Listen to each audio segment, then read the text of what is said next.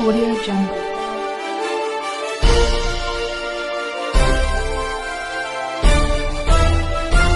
Audio Jungle. दोस्तों नमस्कार।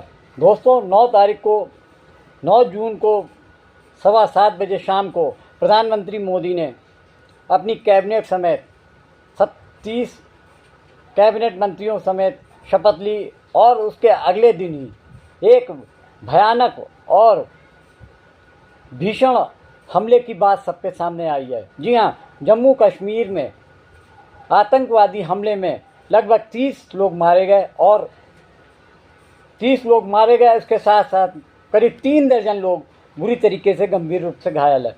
प्रधानमंत्री मोदी ने इस मामले को लेकर अपनी चिंता जताई और उनके साथ में उनके कैबिनेट के कई मंत्रियों ने भी इस मामले की बड़ी कड़ी भर्त्सना करते हुए आतंकवादियों को एक सबक सिखाने की बात कही।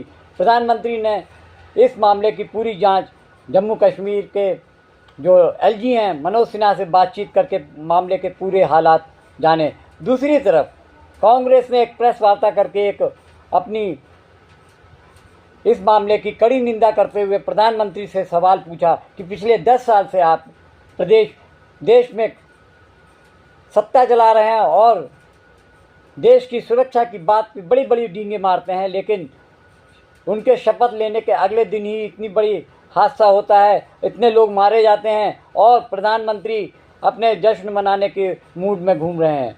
ये बड़े ही अफसोस की बात है कि 10 साल से प्रधानमंत्री देश के जिम्मेदारी को वहन करते हुए हर तरफ अपनी जय जयकार लगवा रहे हैं, वहीं पर उनके देश की सुरक्षा व्यवस्था इतनी कमज़ोर है कि जब तक देश की सीमा पर से उस पार से घुसपैठिए आकर अपनी आतंकी हरकतों को अंजाम देते हुए लोगों की हत्या कर रहे हैं और सरकार हाथ पे हाथ धरे बैठी है।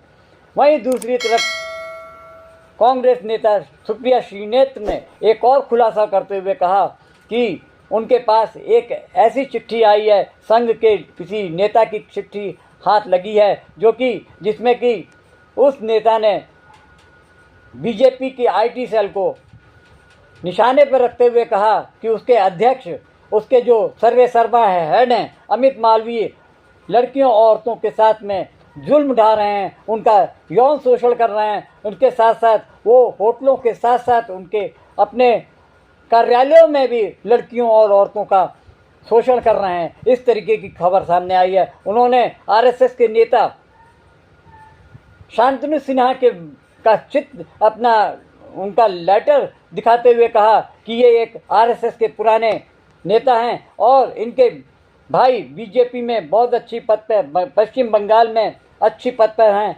और उनका नाम राहुल सिन्हा है जो कि प्रदेश अध्यक्ष रह चुके हैं। वो उनके छोटे भाई हैं और आरएसएस के सक्रिय कार्यकर्ता हैं। आरएसएस का ही व्यक्ति जब बीजेपी की आईटी सेल में इतना बड़ा आरोप लगा रहा है तो इसका कुछ ना कुछ तो कहीं धुआं वहीं से निकलता है जहाँ पे कुछ ना कुछ चिंगारी होती है।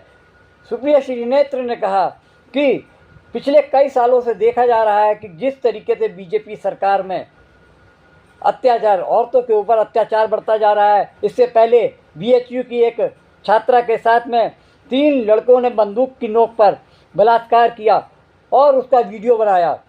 जब जांच में पता चला कि वो बीजेपी आईटी के ही अधिकारी हैं और उन्होंने धमकाकर उस लड़की से कहा अगर पुलिस में गई तो तुम्हें बर्बाद कर दिया जाएगा। उन्होंने कहा इससे पहले चिन्मयानंद देख लीजिए जो कि पूर्व गृह राज्य मंत्री रहे, उनके ऊपर भी बलात्कार के आरोप लगे, यौन शोषण के आरोप लगे। बीजेपी विधायक उन्नाव के कुलदीप सिंह सेंगर पे भी एक दलित महिला की दलित लड़की के साथ में कई सालों तक बलात्कार करने का आरोप लगा। अफसोस की बात तो यह है कि योगी सरकार ने उस पर एक्शन लेने की बजाय उसको बचाने का काम किया। ये बड़े अफसोस की बात है कि एक तरफ बीजेपी और प्रधानमंत्री मोदी इस बात का दावा करते हैं कि उनकी सरकार में महिलाओं का सम्मान भी होगा और महिलाओं की सुरक्षा भी की जाएगी। क्या इसी तरीके से सुरक्षा की जाएगी? कांग्रेस नेता सुप्रिया श्रीनेत ने ये मांग की है कि इस अधिकारी के खिलाफ बीजेपी आईटी सेल के इस हेड के खिलाफ में सख्त कार्रवाई होनी चाहिए। साथ में जब तक इस कार्रवाई चले इसको सस्पेंड करना चाहिए। इस तरीके से सुप्रिया श्रीनेत ने जिस तरीके से बीजेपी को घेरा है और इस कांड को लेकर कि जहां एक तरफ औरतों के सुरक्षा और सम्मान की बात करने वाले प्रधानमंत्री ये लंबी लंबी डींगे मारते हैं कि हमारे शासनकाल में औरतों की सुरक्षा और सम्मान बरकरार है। It has come to light not by us, it has come to light by members of the Rashtriya Swayamsevak Sangh who are on record. A gentleman by the name of Shantanu Sinha, related to Rahul Sinha, an office bearer of the BJP in Bengal, a member of the ABVP, a prominent member of the RSS there, has said that the BJP IT cell head, the fake news factory that Mr. Amit Malviya runs, he has alleged that Mr. Amit Malviya has indulged in nefarious activities. He has indulged in sexual exploitation of women, not just in 5-star hotels, but in BJP offices in Bengal. And the only thing that we seek of the BJP is justice for women finally. Whether it is Hathras or Lakhimpur or Shahjahanpur or our most decorated athletes or Uttarakhand or Bilkis Bano, the Prime Minister has consistently given political patronage and support to perpetrators of the crime. It's high time you stand with women. It's high time you stand with India's daughters. And unless and until you do not answer their plight, you have no business to be in power. The reality is, less than 24 hours after the Prime Minister has been sworn in, very, very serious charges of sexual exploitation have been leveled against a very prominent office bearer of the BJP, the head of its IT cell. But is it to anybody's surprise?